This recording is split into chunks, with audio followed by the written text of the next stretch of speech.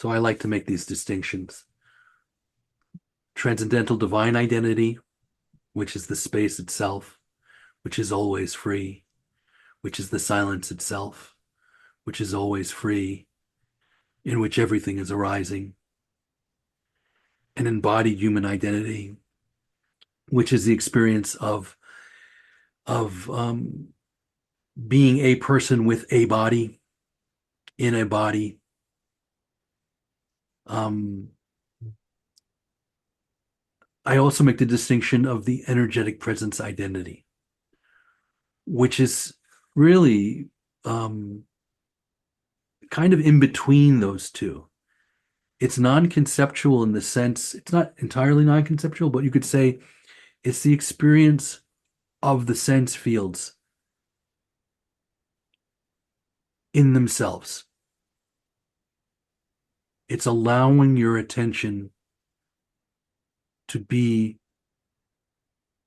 dispersed through the sense fields.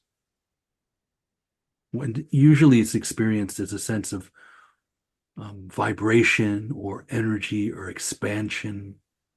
And this is a lot of the tantric and Taoist energetic sense.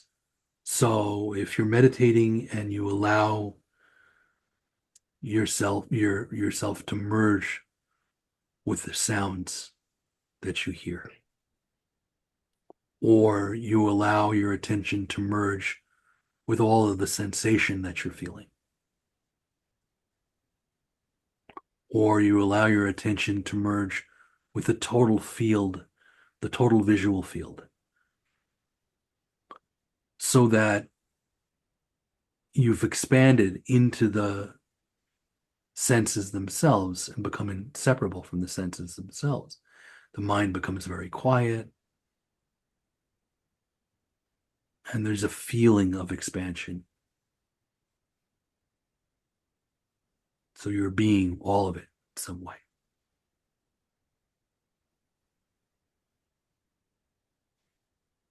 There is a little bit of effort, but not much. It's more about steeping. It's not about watching thoughts. It's just about steeping as the presence. And it's a sense of rest in that.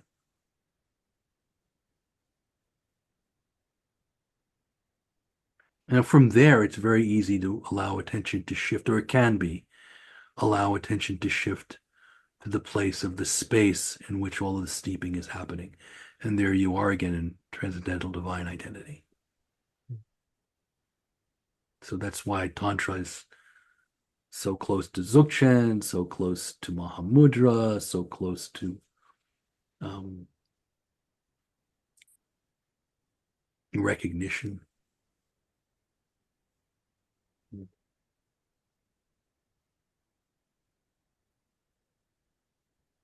So I think it's another one of those cases where you asked a particular question.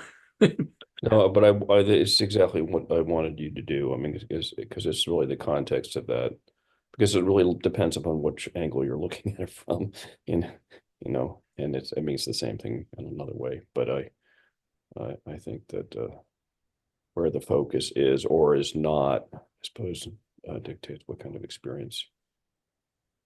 Well, I, I what the appreciate, experience is and what experience you have, I suppose. yes, I appreciate that you recognize that you understand that. That's great. Yeah. Yeah. Because it's a larger framing of the same. It's the same, it's an answer. Right. But that the language is imprecise, and so therefore there's a lot of, and we are imprecise, and so there's a lot of bleeding. And maybe these things are going on simultaneously, or I guess they are going They on simultaneously. definitely are. Yeah, they are. They're just ways of entering. But Mhm. everything gets described by the door that you enter usually. Mhm. So it's good to kind of see the way in which they map on each other. Or it can be. It can also be incredibly confusing, which is but it's okay. You don't have to grasp it with your mind anyway. So And then there's the discipline aspect of their sit, stay, kind of thing, which, You want to say more about that?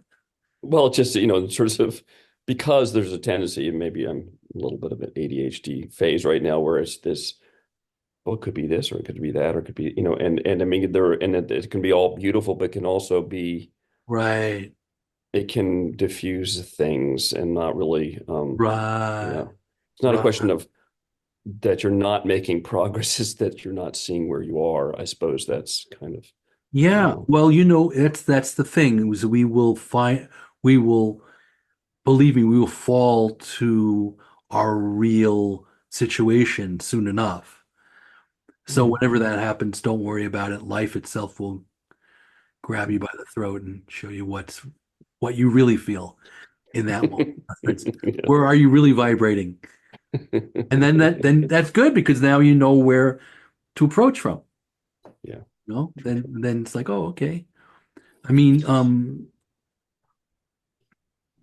and often, quite honestly, I mean, I said that kind of ominously, like, oh no, you'll. It's good because it's a little bit of a wake up call, but often we're surprised that, oh, actually, indeed, I am. I don't have to think about this very much. I am vibrating, merging with the walls and relaxed and spontaneously doing what I need to do. And sometimes yes, I get drawn into these particular thought patterns and this and focus, and then I'm manifesting this way as oh no, I gotta let go. I can't think about the news. I better stop or let me whatever. In my own case, that's that's where it goes. And then it's like, oh yeah, that's right. And then all of a sudden, there you are again. I mean, it's not, you never, like you say, this is all happening simultaneously. So you never really lose, right? But that appearance can be there on the surface. And I suppose eventually it works itself out so that there's less and less. I mean, that's the direction that it seems to be happening in my life. But it doesn't mean the intensity of the drama is, you can still go there, even if not as long. And when you go there, it's easy to doubt ourselves. Like, oh my God, I'm still fretting over money or whatever, or what people think of me, or you name it, whatever. But then it's like, let go, just let go, let go, see. And if you can't let go, then look more deeply and be with not letting go as an object. Oh, there's fear. Be with fear as an object. But so the clarity of like you said, the discipline of where does the discipline need to go, or where does the tracking, okay, I just fused out, but where am I really at? You don't really need to worry that much because life itself will show you. And it changes. I mean, I think it's useful to see it as fluctuation. Um, this is where Okay, so we talked about embodied human identity. We talked about um, um, energetic presence identity, talked about transcendental divine identity. But then the other three, the relationship. Um, so I usually talk in terms of those three, and then coming off of them, the same in relationship. The sense of um, that even though this is all of my nature happening, the sense of otherness is a way to relate to it. So you can say, I'm not in I when there's a sense of I, even an energetic sense of I, which is very expanded and kind of wispy and not quite, as dense and solid as just the egoic embodied human identity I. But when there's a kind of an expansion, um, as long as there's any sense of I, then there's a way in which my process is not in my hands. And so then it's like, oh, um, I'm not in charge of how my spiritual development, I mean, even that word development, my spiritual waves happen of identification and letting go. Um, my spiritual capacities wax and wane. And I say my, so that's where it gets funny. Like from an embodied human identity perspective, it is very much like my spiritual capacities, let me sit down and meditate so I can, right? But then when you're more in that kind of tantric space of, or Taoist space, or kind of energetic presence identity, there's this sense of a process that's happening through me. So it's more pronounced that it's not the I that's in control. And there certainly is a sense in which the I is not in control when it's a more gross form of I. But in both cases, it's useful to think in terms of others, divine other. My process is not in my hands, it's in the hands of God, the goddess, life itself, the Tao, whatever language you want to use there. And so I'm not in control. Um, it's a little bit more fluid at the level of Tantra because the I and the larger sense of other are not altogether, they're not altogether distinct. There's kind of a flow there. But certainly in the sense of when we're contracted and feeling like, "Oh, why did this thing happen to me?" Then it's useful and appropriate to say, well, this is not in my hands. This is in the hands of, insert your name here. It's in the hands of the master. This is in the hands of the universe. This is in God's hands. This is up to the goddess. Um, this is up to life itself. It's not up to me. It's out of my hands. Whatever is happening in the larger world, it's destiny. It's not in my hands to do. What's in my hands to do? Well, what's in front of me? How do I respond to this? How do I react to this? Especially in the embodied human identity. There's a way in which we have to remind ourselves continuously that um, you can you can hit your head against the wall, or you can see if there's anything that you can actually do. And if there isn't, and mostly there isn't, you can notice the way that you're framing things. You can notice the way you are um, reacting to what's happening. You can frame it such that this is an opportunity for resilience. This is an opportunity for trust. This is an opportunity for surrender. And all of those words, I'm not talking to any outside political forces or anything like that. I'm talking about to life, that life placed you in this situation.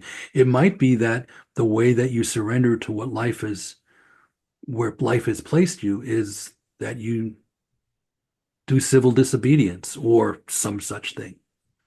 I mean, or resistance politically or not. I mean, I'm not really advocating that in particular. I'm not advocating it either. But the point is that there's a kind of infringement that happens. There's a kind of like I'm minding my own business, and then the world comes in and messes with me. So that how do you relate to that? What do you do with that? If you see it as an insult or an infringement, then you're missing the opportunity to see it as um, the means for your own purification, the means for your own development, growth, the means for you to see the way in which you are still projecting worst case scenarios or still projecting false hopes or whatever. So, what is, and us hitting our head against the wall or being fearful about it or projecting into the future has no effect on the actual events, whatever they will be, whatever they are. Even thinking that you really understand from reading a paper, from seeing something on YouTube, from something that someone says, the whole thing is something that we're probably best off seeing for what it is, which is extremely partial, extremely limited. Hmm. Mm. Does this make sense? Yeah. Yes. I mean, it's a work in progress, but yes, Yeah, I and think it so. is a work in progress. At this level, at the level of the contracted self or the sense of I in a body and all of that, at that level, it is always a work in progress. Mhm. And one should be humble at that level about ever going to be done. And just, but continuously moving toward more and more peace, more and more um, at homeness. I'm not talking about passiveness necessarily. In fact, there may be a whole lot of other activity to do.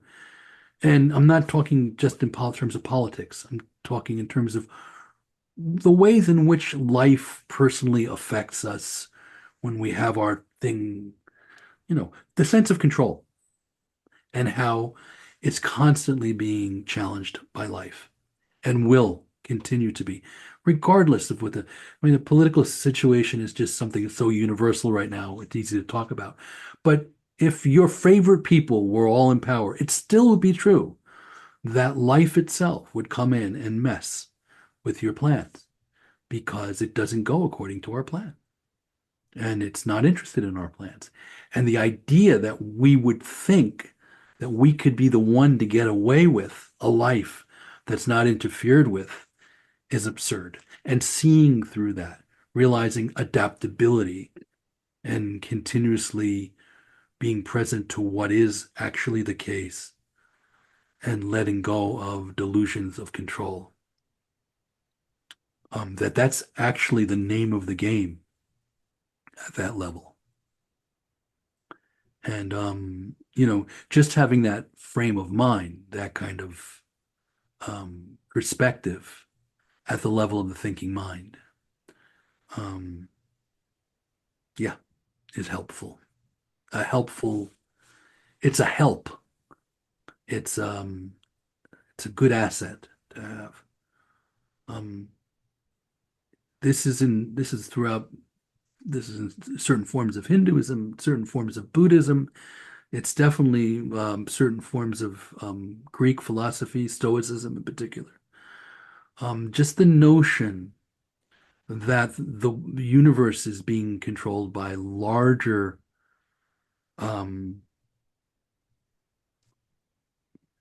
by a larger rationality than we know. It's run by many larger forces than we could possibly know. And there's nobody on the planet who really knows. None of the people who think they know really know. It's beyond us all. Everything that's functioning is just too big to track. Always has been. Always will be. I will make that prediction. I don't care what computers, AI, whatever knowledge, um, machinery we get and have in store. The the ultimate laws involved, the ultimate laws in which the way the universe works, fully rational, from top to bottom. It's all working according to cosmic law. And no human being is able to track all of it.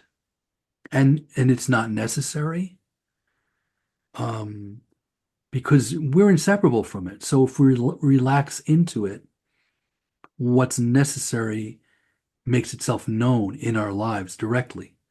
Omniscience for great sages is never carrying all the information of the universe. That's not how it works. It's more that they're open vessels, open channels, so that whatever is needed to be said is said. And the effect is omniscience because there's nothing that can't be met in the face of somebody like that. There's no question that can't be met. But it doesn't mean that they're carrying all this information or something like that. It's just that they're inseparable from the source of it all, and they are functioning as a mouthpiece for not some separate being somewhere back there, but rather the whole.